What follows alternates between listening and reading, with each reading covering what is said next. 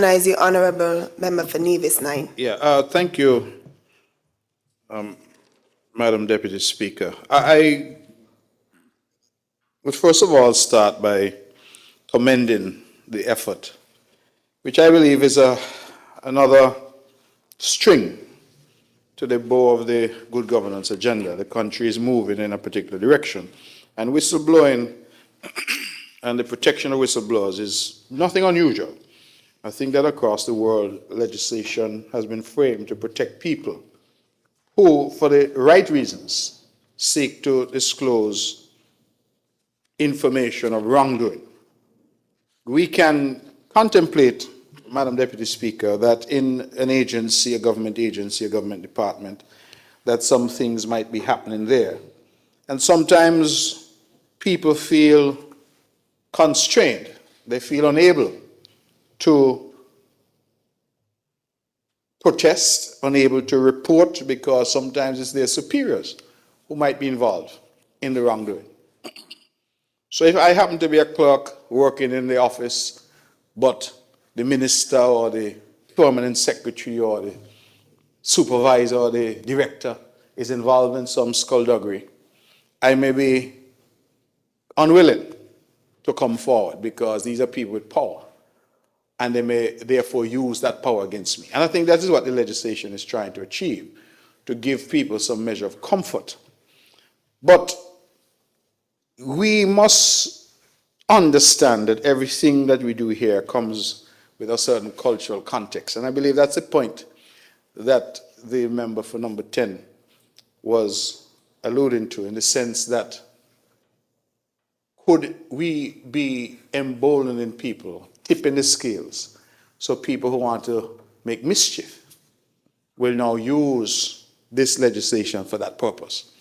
And I don't think we need to shy away from it. The reality is we live in a highly politicized environment where people in all of these ministries who do not support the particular party that happens to be in office at the relevant time, and people in all of these offices who would be minded to use information sometimes, not for the purposes that are contemplated here, the lofty purposes of ensuring that we deal with corruption in high and low places, but rather for purposes of causing embarrassment, purposes of causing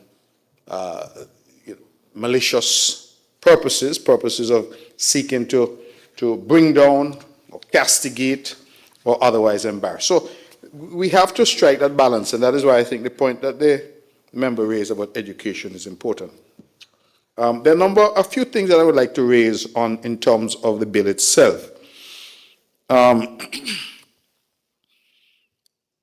some of these can be raised at the committee stage. However, I notice in section 2, when it speaks to interpretation, that the version of it that I have at section 2J talks about an act of reprisal. J. Willful concealment of any act described in paragraphs A to G. Now, for the benefit of the public, in Interpretation Act section 2, improper conduct includes a number of activities. Commission of a criminal offense, conduct that is likely to threaten the health or safety of a person, etc. And at G, it says unauthorized use of public funds, but it goes on to say at H, serious maladministration. At I, act of reprisal against or victimization of a whistleblower, an associated person or person mistakenly perceived or identified as a whistleblower or an associated person. That all of those will be deemed to be improper conduct. And so when I then look at provision J, it says willful concealment of any act described in paragraphs A to G. And I'm wondering why that's not A to I. And similarly at K, it says A to G again, when in my view it ought to be A to I, so that you capture all of the conduct that you are referring to. That is perhaps a technical point, but I think a point I wanted to make. The other point I want to raise, and I confess I do not myself have an answer, but perhaps the Honorable Attorney General in his wrap-up.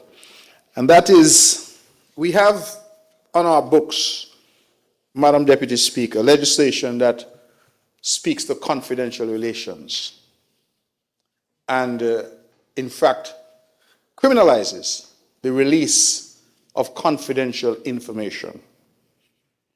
And it is important, I feel, that we understand how these pieces of legislation are going to sit with each other, how they're going to comfortably coexist. I say that because, let us say, for example, that somebody is working in a financial institution and there is a government department or government agency, solid waste, let us say, that does work banking with that institution. And they were to see certain things, pattern of behavior, which could be corrupt behavior. We could have a situation where under one bit of legislation, Confidential Relationships Act, any whistleblowing, let me use that language, would be criminal. And we could have now this legislation, whistleblowers protection, where any whistleblowing is actually encouraged and the person ought to be protected. So all I'm saying is that there's a need to be sure that the two can sit comfortably and that we don't create confusion as to where the jurisdiction of one ends and the jurisdiction of the other starts. I also made a note, Madam Deputy Speaker, in relation to protected disclosures, Part 2. And again, for the benefit of the public, a whistleblower may make a protected disclosure to any of the following disclosure receiving authorities. Essentially, as I understand the legislation, the person who is disclosing information can disclose to a number of disclosure receiving authorities. That's what they're called. And the legislation lists who those people are. And the list says people who can receive this information: Integrity Commission, Special Prosecutor, Director of Public Prosecutions, the Ombudsman, the Accountant General, Director of Audit, Financial Intelligence Unit, Comptroller of Customs, Comptroller of Inland Revenue, Chief Medical Officer, or any other person that the Minister may by order prescribe. First of all, some of these are not persons. Some of these are entities.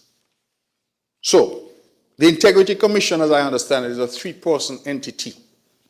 So who's the disclosure to be made to? The chair, the member. Equally, the Financial Intelligence Unit is not an individual. So if you contrast that, Madam Deputy, to, say, the Special Prosecutor or the DPP, who's an individual office holder, I think you get the point that I'm seeking to make. Because if I, for example, were to meet a member of the Integrity Commission or a police officer who I know works at the Financial Intelligence Unit, would that suffice in terms of a disclosure to that individual as a disclosure to the FIU? So whereas the others, it is clear because the disclosure should be to the Director of Audit. There's somebody who has a position, a title called the Director of Audit. There's nobody who has a position called the Integrity Commission or the Financial Intelligence Unit. So I make that point, that some of these are offices and individuals, others are units of the government. So we have to be careful who we're giving the permission to. But I take a slightly different point, Madam Deputy Speaker, that we live in a small society. In my humble opinion, the more people that the bill provides can access or get this information, the more likelihood we create of that information somehow falling into either the wrong hands or coming into the public domain in a way that it ought not to. Because you see, I just listed here 1, 2, 3, 4, 5, 6, 7, 8, 9, 10. 10 different persons or offices identified already in the legislation, and then you have a mop-up provision saying any other person. So it could be more. My point is that I think, for obvious reasons, that you want confidence. It's something new, and you want some level of confidence that it might be appropriate if we had a direct channel and a single channel for people who want to report corrupt conduct. What I mean by that, Madam Deputy Speaker, you run the risk, for example, of somebody, let me go back to solid waste. See something at solid waste that they think is wrong or corrupt. Who should they talk to? Integrity Commission, Special Prosecutor, DPP, Ombudsman, Accountant General. You realize all of these offices have sort of different purposes. They have different mandates and remits insofar as what their work is. And while I know the legislation goes on to try to say that you should report something. So for example, I'd imagine if something is happening in health, you should go to the Chief Medical Officer, because they try to say, well, you should go to somebody who's in that area that you're reporting it. But we realize that some of these are cross-cutting, like the Integrity Commission or the Special Prosecutor. My suggestion would be, to the extent that that can be considered, that we direct all complaints to a single entity. So for example, we say the Special Prosecutor. I think that was an office that had been created by legislation. Is it Freedom of Information? I can't recall, but anti-corruption, right? That we say, listen, if they're whistleblowers, you have some information, that you have a discrete and single line of reporting. So people go there. Because the wider you make it, it also creates other issues. So if I go to CMO and I tell the CMO something, if the CMO doesn't do what he or she is supposed to do with the alacrity that he or she is supposed to do, or I go to the Ombudsman, or I go to the Accountant General, I just feel like there are too many officers, if you will, too many different people all across the government who are being designated as disclosure receiving authorities. I think one authority, one line, people know, listen, if I have a problem, we have a special prosecutor, and we go to that special prosecutor to report these matters, and I know that I'll be protected. I think that that is a way to deal with it in a way that would not lead to exactly more chances of it being made public. We then have Section 4. And Section 4 says, notwithstanding Section 3, a whistleblower who wishes to disclose a matter that would prejudice national security, defense, international relations, or environment, I assume that means, or the environment of the Federation of St. Kitts and Nevis, shall make the disclosure to the Prime Minister. So, the legislation is creating two tiers, it looks like. You have a list of people that I've just discussed, who are the disclosure receiving authorities, and then you have now, if the disclosure is on these specific matters, that is national security, defense, international relations, or the environment. The environment is a curious addition there. But in any event, say or the environment, then the disclosure should be made to the Prime Minister. So it led me to ask the question, well, what if the disclosure or the information is emanating from the office of the Prime Minister?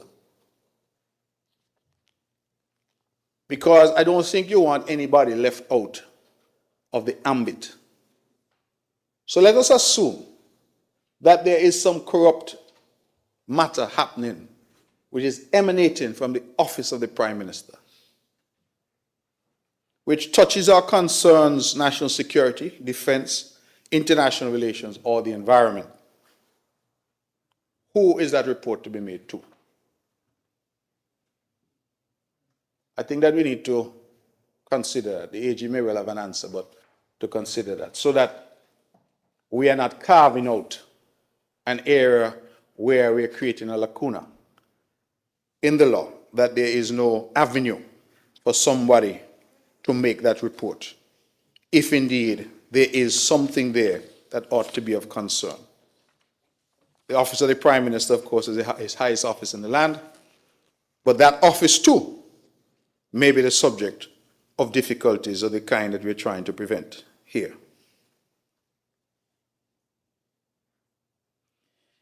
I want to go now to whistleblower protection, Section 8. It says a whistleblower who makes a protected disclosure shall not be A, liable in any civil, criminal, or disciplinary proceedings, or B, subject to any sanction relating to his or her employment or contract for services if the information was disclosed in good faith and in reasonable belief that it is true and in the best interest of the public. Now, that creates all kinds of subjective tests of what people believe and all of that. I mean, the law and the lawyers, I suppose, are accustomed, and the courts, to dealing with whether or not people acted in good faith or not. But, again, going back to the point being raised by the member for number 10, what if somebody said, well, I made the disclosure because I genuinely thought, I really believe that this was the case? How do you test that? Because once that horse has left the barn, it's very difficult. Humpty Dumpty fell off the wall, put it back together again. And then you start to hear, oh, see all of this, these allegations have been made against the minister. And then you start to hear, well, I really had believed so. I thought it was so. I thought he was thieving the money. But that is already out there. So now what I'm saying, this seems to be saying that even if the person is wrong, if they had the language here, if they disclose information in good faith and in a reasonable belief that it was true and in the best interest of the public. All I'm saying is that we have to again be cautious that we don't leave these things so wide and loose that persons who are bent on mischief, because no matter what we say in this house, there will be some who will seek to use this legislation for mischief. We just have to accept it. In our political environment, it is inevitable that it will happen. And if people can be mischievous and then say, but I really believe so, you know. By that time, the headlines have already been out there that the minister or the director or the PS accused of this or accused of that or accused of the other. So I just sound that warning in terms of how we do that. Doesn't protect you now from it, but I'm simply saying that the concern I have is that we are formalizing, we're creating a structure now where somebody can make a report. So if one of your workers were to make that report, even if the report were later to turn out to be baseless, they can say, no harm, no fault, because I genuinely thought the minister was a scampish fellow. Right? Well, but I'm simply saying the damage might have already been done, and the structure that you have created used in a way to seek to damage you, because I feel that, as I said, mischief could be afoot. The other concern I have is that those sections seem, Madam Deputy Speaker, only to provide protection in relation to the person's employment or contract for services. What am I trying to get at here? It seems to me that what these sections are saying is this. If it is that this person were to be a whistleblower, then you can't do them anything in relation to their job. But if, going back to the first point I made, that the information disclosed violates some other legislation, so for example the Confidential Relationships Act, can they nevertheless be prosecuted under that different legislation? So it seems to me that what this is providing protection for is only in relation to your job. So they're saying to the clerk or to the director, if you come forward and disclose that there is some corrupt behavior within the ministry, within the department, within the statutory corporation, that nobody could come back and fire you or do something to you in relation to your job. Or if you're not a civil servant, they can come and take away your contract if you're working on the basis of a contract. So it is very specific and limited in terms of the protection afforded to just people's job and their job security. But it doesn't protect people from other consequences that might flow, including prosecution, breach of confidential duty, or any of those provisions. And so I thought I'd raise that because, to put it differently, if we are going to encourage people, well, let me not use the word encourage. If you're going to say to people that there is now some protection for you to come forward and disclose purported improper conduct within the various ministries and departments and statutory corporations and the like. We also, in my view, should be able to go far enough and grant them some measure of immunity, as opposed to telling them the only thing we're going to protect you from is that nobody could interfere with your job. There are other consequences that can flow from disclosing information other than one's job. There can be other liability, because here it says liable in any, if he had said, for example, Mr. AG, no whistleblower shall be liable in any civil, criminal, or disciplinary proceedings or subject to any sanction. But it goes on to say relating to his or her employment. So it's limiting the protection that's afforded, and I think that that too needs to be looked at. I go now to section 10. Section 10 is an interesting section, because section 10 contemplates situations, Madam Deputy Speaker, where the whistleblower was himself or herself a co-conspirator.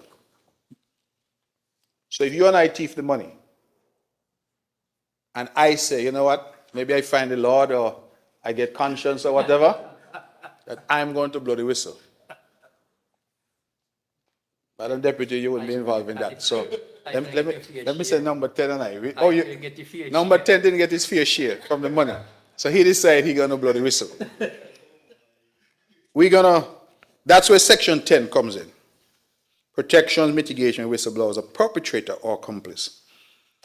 And it is my respectful submission it does not go far enough. Because as I understand section 10, it says that notwithstanding somebody comes forward and says, listen, I was a part of the thing. I could tell you exactly how the thing go because I was involved with it. It's the legislation saying, thank you very much, but you're going to still be prosecuted. No, I'm not going to put my faith in the hands of no judge. No. Madam Deputy Speaker, I am not going to put my faith in the hands of a judge. The government is creating a structure for people to come forward. If I am one of the 3 people who thief the money, and whether I didn't get my fair share, or I find the Lord, or I get conscience, or whatever the case may be, this should encourage me to come forward. I could tell you.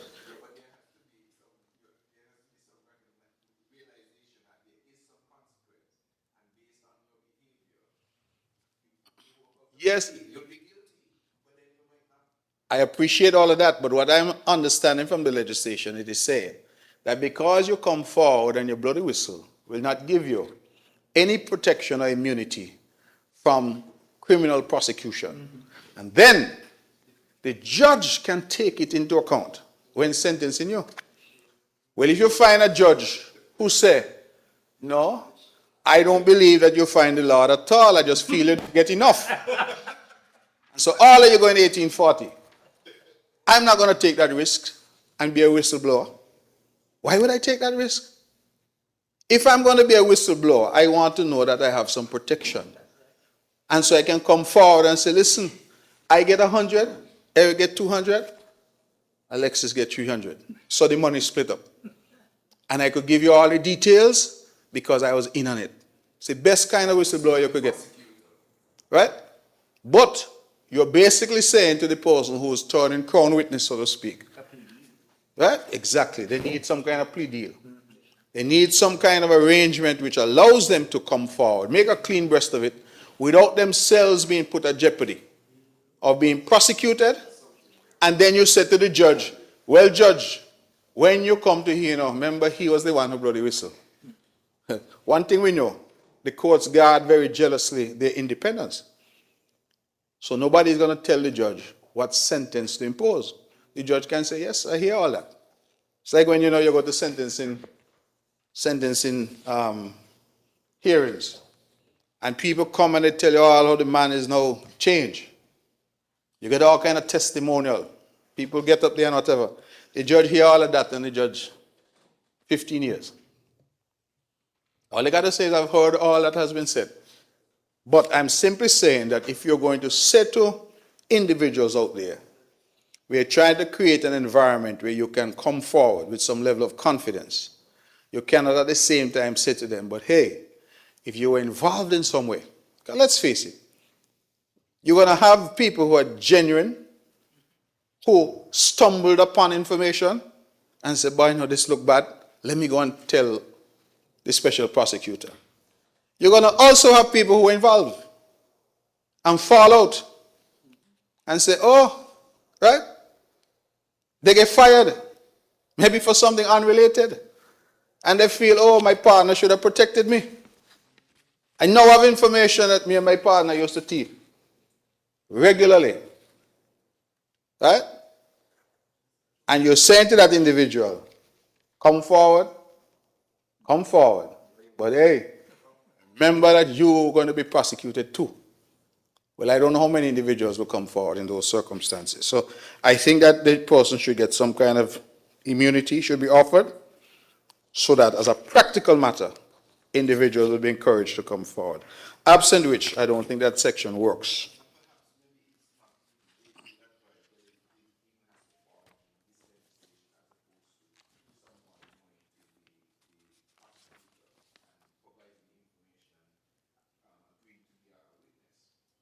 Well, however it is worked out, I'm simply saying in the context of what it seems to me we're trying to do, in terms of creating a framework for people to feel comfortable in coming forward and reporting suspicious activity and behavior, then I feel that if you say to a man who know because he was involved, come forward but you go in jail too, or there's a potential, then as I said, there's a disincentive. Other than those comments, which I think most of them are technical in nature, Madam Deputy Speaker, I commend the effort in terms of where we're headed. There's one more point. I'm happy I didn't close. The sections 6 and 7, they are speaking to, I'm sorry, I meant 7 and 8. They're speaking to the whistleblower protection.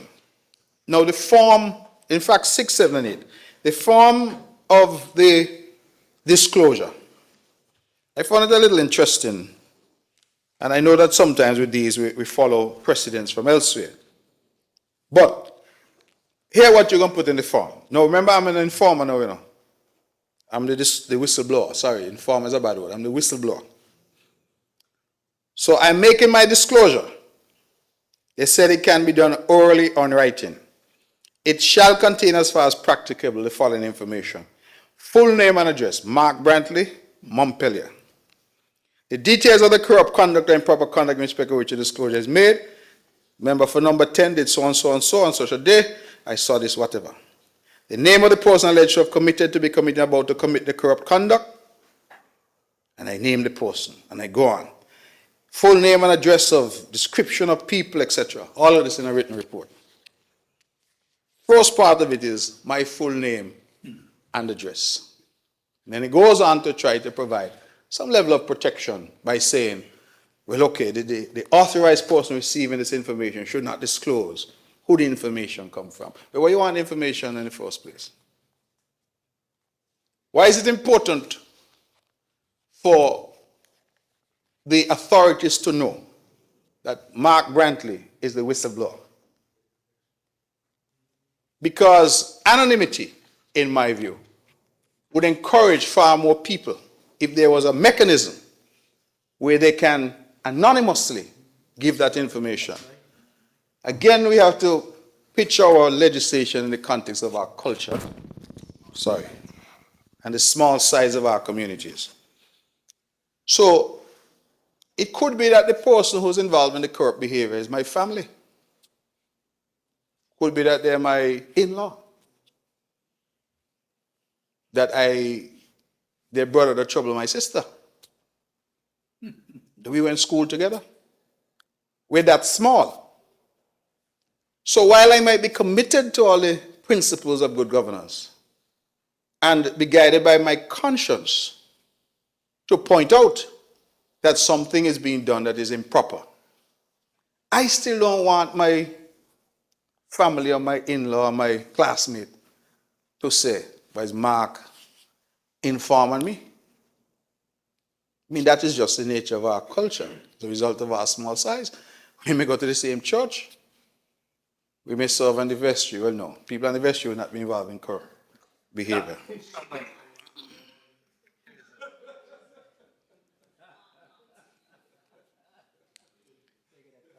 People serving in the vestry will not be involved in such behaviors. I withdraw those comments, Madam Deputy Speaker. I'm not going to help with that, you know.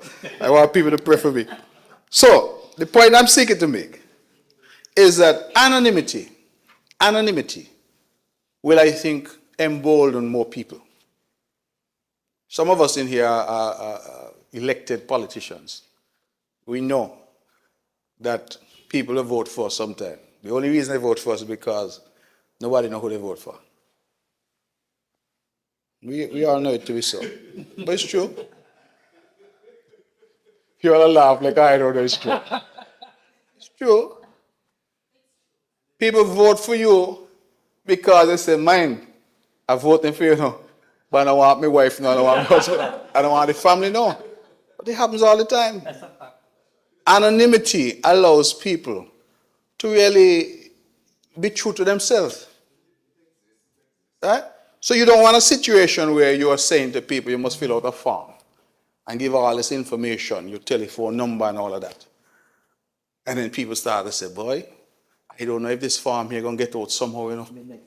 Exactly. Suppose the cleaner see the form and this thing here and whatever, right? But if you had an environment where I know that I could give that information. I mean, even the police in the context of criminal investigations, they provide a tip line, they provide a hotline, they call it Crime Stoppers, all this kind of thing. The idea is that people are afforded some measure of protection. And I think that to me, it addresses it at paragraph section 7, where it talks about anonymous disclosures. But I feel that ought to be the fulcrum around which we shape the disclosure, that it be anonymous.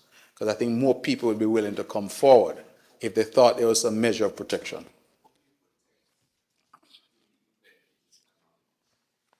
Who do you want to protect?